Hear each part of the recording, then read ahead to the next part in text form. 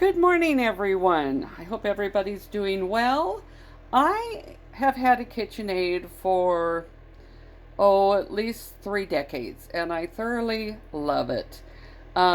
This is the KitchenAid electric housewares that tells you about, how to use your KitchenAid, but it also has some recipes in it.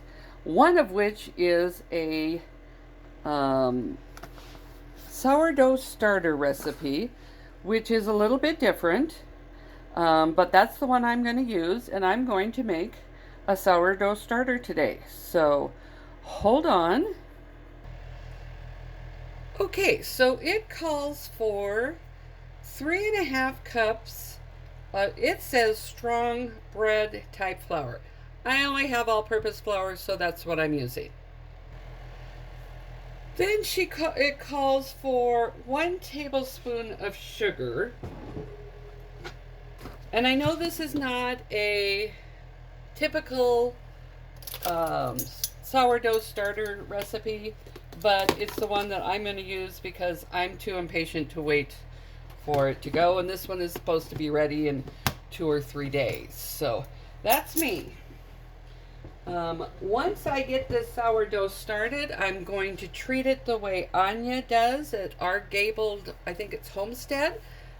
I love the way she's thinking. So I need 1 packet of active dry yeast. And instead of that, I am going to use just dry yeast from the jar because that's what I use.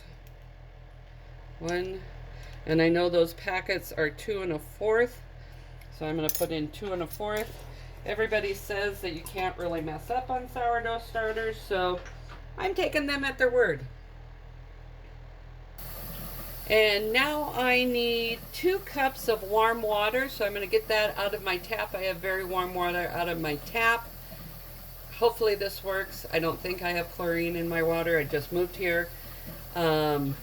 And if you hear some noise in the background, that's my dehydrator. I'm dehydrating some strawberries. If you'd like to learn more about what I do, just let me know down in the comments. Thank you. So I've got 2.5 cups here. I'm going to mix this a little bit. I'm going to have to get away from the camera a little bit. I love this whisk. It is absolutely fantastic. I'm going to pour about half of my water in. Like I said, I'm new to this, so I'm going to mix it up.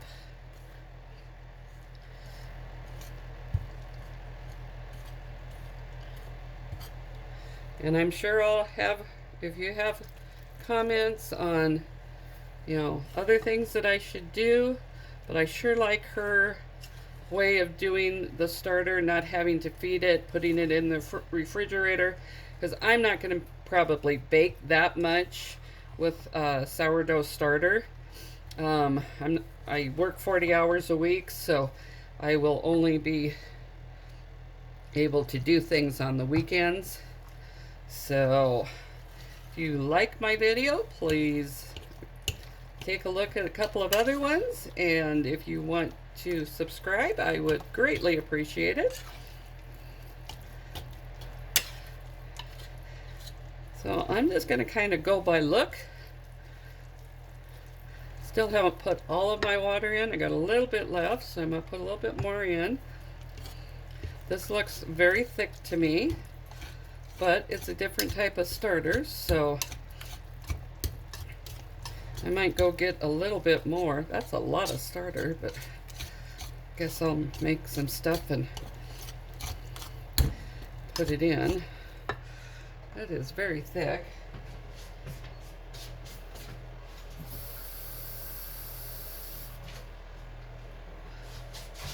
I'm going to put in a little bit more water. I think that's just a little bit too thick.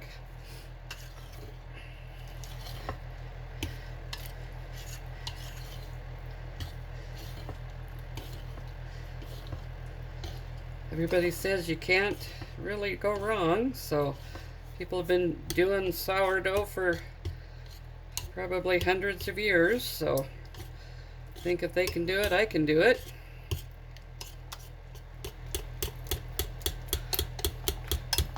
And then from now on, I'm going to probably use I got this especially for sourdough because you're not supposed to use any metal with it, but I figured the very first time I would use that because it would be easier to mix it up. So, and I'm just going to mix it, and now it has to sit, and in 24 hours I'll take a look at it, see how it is. I like this mixer because it does have inches on it, so I know how much, where it's at now and where it should be in a day. And what I'll do is measure that, and it is at about, yeah, it's about 2 inches from the top of my bowl. So